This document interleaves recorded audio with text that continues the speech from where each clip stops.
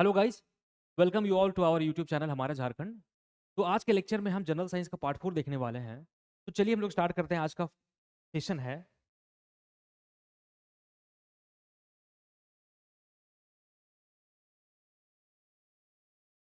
तो आप सभी का स्वागत है हमारे अपने यूट्यूब चैनल हमारा झारखंड। तो हमारा जो फर्स्ट क्वेश्चन आज का है, हमारा जो फर्स्ट क्वेश्चन है उसमें क्या है, which one of the following has the highest value of specific heat. मतलब निम्नलिखित में से किस में विशिष्ट ऊष्मा का उच्चतम मान है। आपके पास ऑप्शन क्या क्या है, कांच है, तांबा है, सीसा है, पानी है। ठीक है, इसका जो राइट आंसर है वो वाटर है। अब थोड़ा सा मैं आपको वैल्यू बताता हूँ, आपको थोड़ा सा मैं वैल्यू बताता हूँ। वाटर की अगर हम बात करते हैं तो स्पेसिफिक हीट हमारा जो होता है 187 पर केजी केल्विन। ठीक है, लीड की बात करते हैं तो 0.129 जूल पर केजी केल्विन। कॉपर की अगर हम बात करें हम तो 0.38 जूल पर केजी केल्विन। आप डिग्री सेंटीग्रेड भी लिख सकते हैं। ठीक है, ग्लास की बात करते हैं हम लोग, कांच की बात करते हैं तो 800 पर केजी केल्विन। अब ये वैल्यू तो हमने पढ़ लिया और वैल्यू से हमें ये पता चल गया कि इसका जो राइट आंसर है वो क्या है। लेकिन एक्चुअल में होता क्या है, वो विशिष्ट ऊष्मा क्या होता है, ये हमें जानना है। तो मैं आपको बताऊं कि जैसे कि अगर वाटर, ये हमारा वाटर, ये पानी है। अगर पानी को हम एक अगर हम पानी को 1 kg हम वाटर लेते हैं, अगर हम 1 kg वाटर लेते हैं और उस वाटर को हम 1 डिग्री सेंटीग्रेड से राइज करवाना चाहते हैं, तो हमारे पास जो एनर्जी रिक्वायरमेंट होता है 4187, इतना एनर्जी, इतना हीट एनर्जी का रिक्वायरमेंट होता है 1 डिग्री टेम्परेचर राइज करवाने के लिए। अगर हम 1 kg या 1 यूनिट हमने मास लिया है तो उसी तरह ग्लास की अगर हम बात करें, ग्लास में अगर हम 1 kg 1 kg शीशा या मतलब ग्लास लेते हैं, कांच लेते हैं, और उसको हम 1 डिग्री टेम्परेचर राइज करवाना चाहते हैं, तो 800 यूनिट मतलब 800 जूल एनर्जी का रिक्वायरमेंट होता है।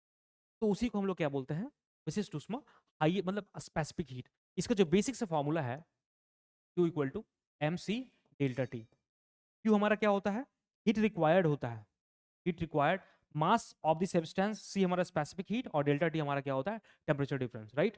तो सी हमारा कितना आ जाएगा, Q by M delta T. हमने क्या बोला, अगर मास को हमने 1 यूनिट रखा, मास को हमने 1 यूनिट रखा, और डेल्टा टी, डेल्टा टी हमारा क्या है, टेम्परेचर डिफरेंस होता है, टेम्परेचर डिफरेंस। अगर हम इसको 1 डिग्री सेंटीग्रेड कर देते हैं, ठीक है, तो जो हीट का रिक्वायरमेंट होता है वो कितना आ जाएगा, सी इक्वल टू की आ जाएगा, सी इक्वल टू क्यू। वही हमारा क्या आ जाएगा, पैसिफिक हीट। तो वाटर को उच्चतम उष्मा जो है, इतना स्पेसिफिक हीट का रिक्वायरमेंट होता है। तो इसको जो राइट आंसर है वो क्या है, 4187 जूल पर केजी केल्विन। ठीक है, आप लिख सकते हैं जूल केजी पर डिग्री सेंटीग्रेड। चलिए चलते हैं हम लोग नेक्स्ट क्वेश्चन में। सेकंड क्वेश्चन हमारे पास है, threshold frequency is the frequency below which. Threshold frequency, threshold आवृत्ति, मतलब फ्रीक्वेंसी का मतलब क्या होता है, आवृत्ति। वह आवृत्ति है जिसके नीचे, अब थ्रेशोल्ड फ्रीक्वेंसी होता क्या है, हम थोड़ा सा इसके बारे में आपको जानकारी दे दें। थ्रेशोल्ड फ्रीक्वेंसी ऐसा फ्रीक्वेंसी होता है, this is the minimum frequency at which the electrons are emitting from the metal surface. मतलब एक मिनिमम फ्रीक्वेंसी जहां से मेटल सरफेस जो है इलेक्ट्रॉन्स को इमिट करते हैं, इमिट कर सकते हैं, उसी को हम लोग क्या बोलते हैं, थ्रेशोल्ड फ्रीक्वेंसी। अब समझो कि वो मिनिमम फ्रीक्वेंसी होता क्या है। अब देखो, मान लो आपके पास ये कोई मेटल प्लेट है, ये आपके पास कोई मेटल प्लेट है, ये आपके पास क्या है, मेटल प्लेट है। ठीक है, अब मान लो कि हमने सन की, हमारी जो एनर्जी आई, सन की जो एनर्जी होती है वो कौन सी एनर्जी होती है, वो फोटोनिक एनर्जी होती है। फोटोन्स, फोटोन्स का मतलब क्या होता है, जो सन हमारा जो एनर्जी लाता है, E equal to H nu, E equal to क्या होगा, एच न्यू। ठीक है, ये हमारा क्या फ्रीक्वेंसी, और E हमारा क्या एनर्जी, फोटोन का एनर्जी होता है। ये बहुत ही इंपॉर्टेंट सेक्शन आपके लिए हो जाता है एग्जाम पॉइंट ऑफ व्यू से, इसमें बहुत सारे क्वेश्चंस पूछे जाते हैं। तो हमने ये बोला कि ये हमारे पास मेटल सरफेस है। ठीक है, हम चाहते हैं कि इस मेटल सरफेस में, आपको पता है कि मेटल्स में हमारे फ्री इलेक्ट्रॉन्स रहते हैं, और जैसे ही फ्री इलेक्ट्रॉन्स को हमें निकालना होता है, तो हम किसी ना किसी कारणवश हम उसमें या तो हम हीट प्रोवाइड करते हैं, या लाइट को हम इसमें फॉल करवाते हैं। तो हमने बोला कि अगर फोटोन, मतलब जो अभी हमारा सन से जो भी एनर्जी आ रही है, लाइक इलेक्ट्रोमैग्नेटिक वेव्स, वो किस फॉर्म में आ रही है, वो फोटोन्स के फॉर्म में आ रही है, जिसको हम लोग पैकेट बोलते हैं, पैकेट ऑफ एनर्जी, या क्वांटा बोलते हैं, क्वांटा बोलते हैं, या पैकेट ऑफ एनर्जी। ठीक है, ये हमारी कौन सी है, फोटोनिक एनर्जी, फोटोनिक एनर्जी। अब हम चाहते हैं कि यहाँ पे जो मेटल सरफेस में जो इलेक्ट्रॉन्स हैं वो इजेक्ट हो जाए, और आप सबको पता है कि हर मेटल का अपना अपना एक वर्क फंक्शन होता है जिसको हम लोग फाई से डिनोट करते हैं, फाई तो हम लोग बोलते हैं वर्क फंक्शन। वर्क फंक्शन कहने का मतलब ये हुआ कि the minimum energy required to emit the electrons. अब मान लो कि ये जो फोटोन का जो एनर्जी है, ये जैसे ही मेटल सरफेस में फॉल करता है तो हमें इलेक्ट्रॉन को यहां से निकालना होगा। इसका मतलब क्या हुआ कि फोटोन का जो एनर्जी है इसके वर्क फंक्शन से ज्यादा होगा, तभी हमारा क्या होगा, इलेक्ट्रॉन्स यहां से इजेक्ट होगा। कहने का मतलब ये हुआ कि हमारा जो फोटोन का एनर्जी है वो वर्क फंक्शन से ज्यादा होना चाहिए। वर्क फंक्शन हमने क्या बोला, द मिनिमम एनर्जी रिक्वायर्ड और needed to eject the electron from the metal surface, मतलब मेटल का सरफेस में इलेक्ट्रॉन्स जो रहते हैं तो बाहर करने के लिए। अब मान लो कि अगर अगर मान लो कि एनर्जी हमारा जो है, जो फोटोन की जो एनर्जी है 4.8 मेगा इलेक्ट्रॉन वोल्ट हमारी एनर्जी आ रही है, और इसका जो वर्क फंक्शन हमारा कितना है 4.8। वर्क फंक्शन का मतलब क्या हुआ कि इतना एनर्जी जो है हर मेटल का, हर मेटल का अपना अपना वर्क फंक्शन होता है। मर्क्यूरी ले लेते हैं, या आयरन ले लेते हैं, या हम लोग एल्युमिनियम सिल्वर ले लेते हैं, तो हर मेटल का अपना अपना वर्क फंक्शन होता है। तो हम क्या देख रहे हैं कि 4.8 मेगा इलेक्ट्रॉन वोल्ट हमारा एनर्जी जो है, फोटोन का एनर्जी है, और हमारा वर्क फंक्शन इतना है। इसका मतलब, कहने का मतलब ये हुआ कि यहाँ हमारा इलेक्ट्रॉन्स इजेक्ट नहीं होंगे, लेकिन जैसे ही अगर हम थोड़ा सा वैल्यू बढ़ा देते हैं 4.18 कर देते हैं, दैट मीन्स हमारा जो डिफरेंस होगा 0.01 का मेगा इलेक्ट्रॉन वोल्ट, इस मच अमाउंट ऑफ एनर्जी, इस एनर्जी के साथ में हमारे क्या होंगे, इलेक्ट्रॉन्स बाहर निकल जाएंगे, बाहर निकल जाएंगे। ठीक है, तो आप एक जनरलाइज फॉर्मूला देखते हैं, आपके एग्जाम में पूछ सकता है, ये सब बहुत इंपॉर्टेंट क्वेश्चन है। तो E इक्वल टू हमारा क्या हो जाएगा, E इक्वल टू हमारा हो जाएगा phi plus kinetic energy of किसका, इलेक्ट्रॉन का। हम ये बोल सकते हैं कि काइनेटिक एनर्जी हमारी कितनी हो गई, E कौन सा E हमारा क्या, फोटोन की एनर्जी, और फाई हमारा क्या, वर्क फंक्शन। तो आप यहां पे देख सकते हैं कि काइनेटिक एनर्जी किसका, इलेक्ट्रॉन्स का है। दैट मीन्स ई वैल्यू जो है, फोटोन का जो एनर्जी है वो ज्यादा होना चाहिए किससे, वर्क फंक्शन से, तभी हमारा क्या होगा, इलेक्ट्रॉन्स जो होंगे इमिट होंगे। इसका जो राइट आंसर है वो देख सकते हैं आप। थ्रेशोल्ड फ्रीक्वेंसी एक ऐसा फ्रीक्वेंसी होता है, मिनिमम फ्रीक्वेंसी होता है जहां पे इलेक्ट्रॉन्स हमारे इजेक्ट होते हैं मेटल सरफेस से। तो बोला है कि threshold frequency is the frequency below which photo current increases with voltage, photo current decreases with voltage, और photo electric emission is not possible. इसका जो राइट आंसर है वो सी है। इसका मतलब क्या होता है, थ्रेशोल्ड फ्रीक्वेंसी के नीचे हम अगर काम करते हैं तो कोई भी इलेक्ट्रॉन का इमिशन नहीं होगा।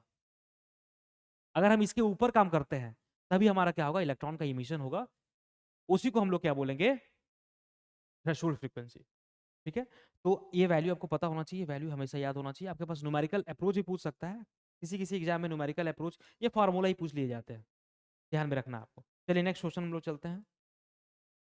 The following particles moves with same kinetic energy. Which of the following has the maximum momentum? निम्नलिखित कण एक ही गतिज ऊर्जा के साथ चलते हैं, उनमें से किसकी अधिकतम गति है? इलेक्ट्रॉन्स, प्रोटॉन्स, न्यूट्रॉन और अल्फा पार्टिकल्स। ठीक है, अब देखिए कि आप सबको पता होना चाहिए कि हमारा जो काइनेटिक एनर्जी होता है, काइनेटिक एनर्जी हमारा जो होता है किसी भी पार्टिकल का, किसी भी ऑब्जेक्ट का, हाफ एम वी स्क्वायर, और मोमेंटम हमारा जो होता है P equal to M V. अगर हम इस फॉर्म में लाना चाहते हैं तो काइनेटिक एनर्जी क्या हो जाएगा मेरा, half M square V square by M. ठीक है, और P स्क्वायर बाय 2m कर सकते हैं इसको हम लोग। अब यहाँ देख सकते हैं हमारा काइनेटिक एनर्जी है, दैट मीन्स गतिज ऊर्जा हमारा जो है सेम है, तो P स्क्वायर हमारा जो होगा वो डायरेक्टली प्रोपोर्शनल टू 2m। इसका मतलब क्या है कि जिसका मास हमारा ज्यादा होगा, जिसका मास हमारा ज्यादा होगा उसका हमारा क्या होगा, मोमेंटम ज्यादा होगा। अब देख सकते हैं जिसका मास हमारा ज्यादा होगा उसका मोमेंटम हमारा ज्यादा होगा। अब देख रहे हैं, तो अब देख लो कि हमारा जो मास हमारा जो होता है, सबसे ज्यादा मास हमारा जो होता है अल्फा पार्टिकल का, उसके बाद हमारा मास हमारा जो होगा न्यूट्रॉन का, उसके बाद मास हमारा जो होगा प्रोटॉन का, और देन मास हमारा जो होगा इलेक्ट्रॉन का।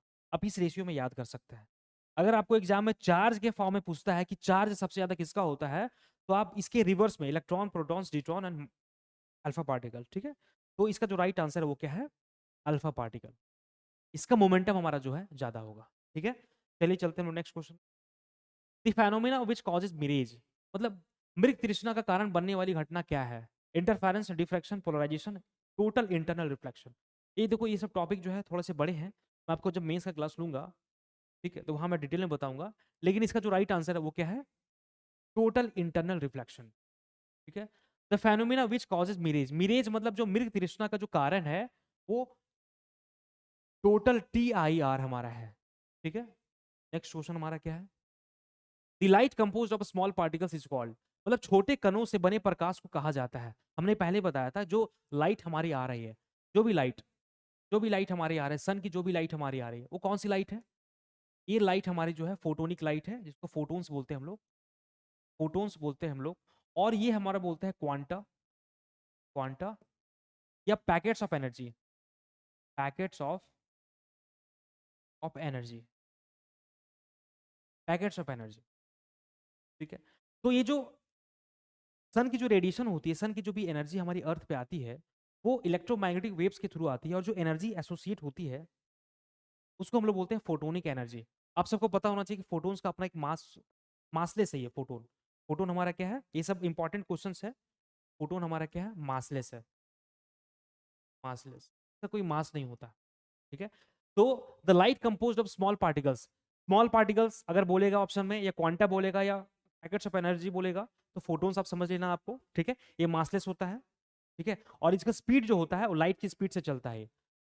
That means it travels with the speed of light, with the speed of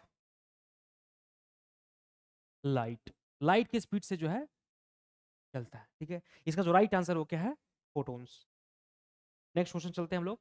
which of the following is a good electrical conductor, निम्नलिखित में से कौन सा एक अच्छा विद्युत चालक है? ऑप्शन आपके पास है ग्राफाइट, डायमंड, पीच, चारकोल। आपको पता होना चाहिए कि अगर हम गुड कंडक्टर की बात करते हैं, इसका मतलब क्या होता है कि हमारे जो फ्री इलेक्ट्रॉन्स होते हैं वो ज़्यादा होना चाहिए। तो आप सबको पता है कि हमारे जो फ्री इलेक्ट्रॉन्स का अगर हम ऑर्डर देखें किस में ज़्यादा होता है, तो गोल्ड, गोल्ड होता है, सिल्वर है, कॉपर है, एल्युमिनियम है, ठीक है, ग्राफाइट है। आप इस ऑर्डर में याद कर सकते हैं। ठीक है। मतलब गोल्ड के पास जो है फ्री इलेक्ट्रॉन ज़्यादा होते हैं, उसके बाद silver, copper, aluminium, graphite. Meanwhile में हमारा आयरन आ जाएगा। ठीक है। तो हाईएस्ट हमारा जो इलेक्ट्रिकल कंडक्टिविटी होता है, अच्छा विद्युत का जो चालक होता है, वो ग्राफाइट आपका जो है राइट आंसर है। अगर हम डायमंड की बात करते हैं, तो डायमंड हमारा जो है हीट का कंडक्टिविटी होता है, हीट का थर्मल कंडक्टिविटी बोलते हैं हम लोग जिसको, और इसका वैल्यू हमारा होता है 2300। ठीक है, वाट पर मीटर केल्विन। अब इसको थोड़ा सा ध्यान में रख सकते हैं कि डायमंड हमारा जो होता है हीट का हीट का कंडक्टिविटी होता है। लेकिन अगर आप इलेक्ट्रिकल कंडक्टिविटी की बात करते हैं हम लोग, तो हमारा ग्राफाइट इस ऑप्शन में राइट आंसर हो जाए। ठीक है। नेक्स्ट क्वेश्चन हम लोग चलते हैं। Which one of the following is an insulator, insulator कौन सा है? निम्नलिखित में से कौन सा एक इंसुलेटर, मतलब कंडक्टर मतलब होता है सुचालक, और इंसुलेटर मतलब होता है कुचालक। आपके पास ऑप्शन क्या है? Mercury, carbon, germanium, glass. तो glass is the right answer. Glass हमारा जो होता है वो हमारा क्या है? इंसुलेटर। नेक्स्ट क्वेश्चन क्या है? गैलेना इन अ, हाँ, galena is a mineral of which of the following, मतलब गैलेना निम्नलिखित में से किसका खनिज है, मतलब और किसका है? आपके पास ऑप्शन क्या है? Iron, gold, lead and calcium. इसका जो राइट आंसर है वो लीड सल्फाइड है, लीड सल्फाइड। तो जो राइट आंसर क्या है हो जाएगा? Lead. Which one of the following metal occurs in free state, मतलब निम्नलिखित में से कौन सा धातु मुक्त अवस्था में पाई जाती है? आपके पास ऑप्शन क्या क्या है? Copper, iron, zinc, lead. इसमें फ्री स्टेट में कौन से पाए जाते हैं? फ्री स्टेट में, फ्री स्टेट कहने का मतलब ये होता है कि किसी भी तरह का रिएक्टिविटी नहीं होना, नेचर में हमारे किसी भी तरह का रिएक्शन नहीं करते ये लोग। आपके पास सीरीज आप थोड़ा सा और ध्यान में रख सकते हैं। गोल्ड होता है, गोल्ड, सिल्वर, प्लैटिनम, ठीक है, कॉपर, मर्क्यूरी। ये सब जो मेटल्स होते हैं, ये सब जो मेटल्स हमारे होते हैं वो क्या है? फ्री स्टेट में पाए जाते हैं। फ्री स्टेट में, फ्री स्टेट कहने का मतलब क्या होता है? किसी भी स्टेट, मतलब मुक्त अवस्था में होते हैं, मतलब रिएक्टिविटी उनका नहीं होता है। ठीक है, तो इसका जो राइट आंसर क्या है, कॉपर। तो ध्यान में रखेंगे आप, ये सब फ्री स्टेट में होते हैं, these metals are in free state. ठीक है, नेक्स्ट क्वेश्चन हमारा क्या है, which metal does not undergo corrosion due to the formation of oxide layer. Oxide परत के निर्माण के कारण कौन सा धातुएं संरक्षण से नहीं गुजरती है। देखो, अब कोरोजन का मतलब क्या होता है, कोरोजन कहने का मतलब ये होता है कि जब भी ऑक्सीजन कॉन्टामिनेट करती है किसी भी मेटल्स में तो कोरोड कर देती है। ठीक है, तो कोरोजन को बचाने के लिए हम लोग बेसिकली क्या करते हैं, क्रोमियम का यूज करते हैं, क्रोमियम का यूज करते हैं। तो अभी देखो इसमें किसका ऑक्साइड लेयर का फॉर्मेशन है। अब देखो कि आपके पास ऑप्शन क्या क्या है, कॉपर है, आयरन है, एल्युमिनियम है, जिंक है। देखो, अगर हम किसी भी मेटल्स की बात करते हैं, ठीक है, तो एल्युमिनियम जो है अगर ऑक्सीजन के साथ में रिएक्शन करता है तो हमारा क्या बनाता है, Al2O, एल्युमिनियम ऑक्साइड बनाता है। और ये एल्युमिनियम ऑक्साइड जो होता है वो सरफेस में जाके चिपक जाता है, इसके कारण से क्या होता है, कोरोजन बच जाता है, मतलब मेटल में कोरोजन नहीं हो पाता है। ठीक है, इसका जो राइट आंसर क्या है, एल्युमिनियम। एल्युमिनियम के कारण से हमारा क्या होगा, ऑक्सीजन के साथ में जब रिएक्शन करेगा तो बाहर सरफेस पे उसकी परत पे हमारा क्या हो जाएगा, एल्युमिनियम ऑक्साइड जम जाएगा, जिसके कारण से कोरोजन हमारा नहीं हो पाएगा। कोरोजन से मतलब उसको बचा सकते हैं। ठीक है, नेक्स्ट क्वेश्चन हमारा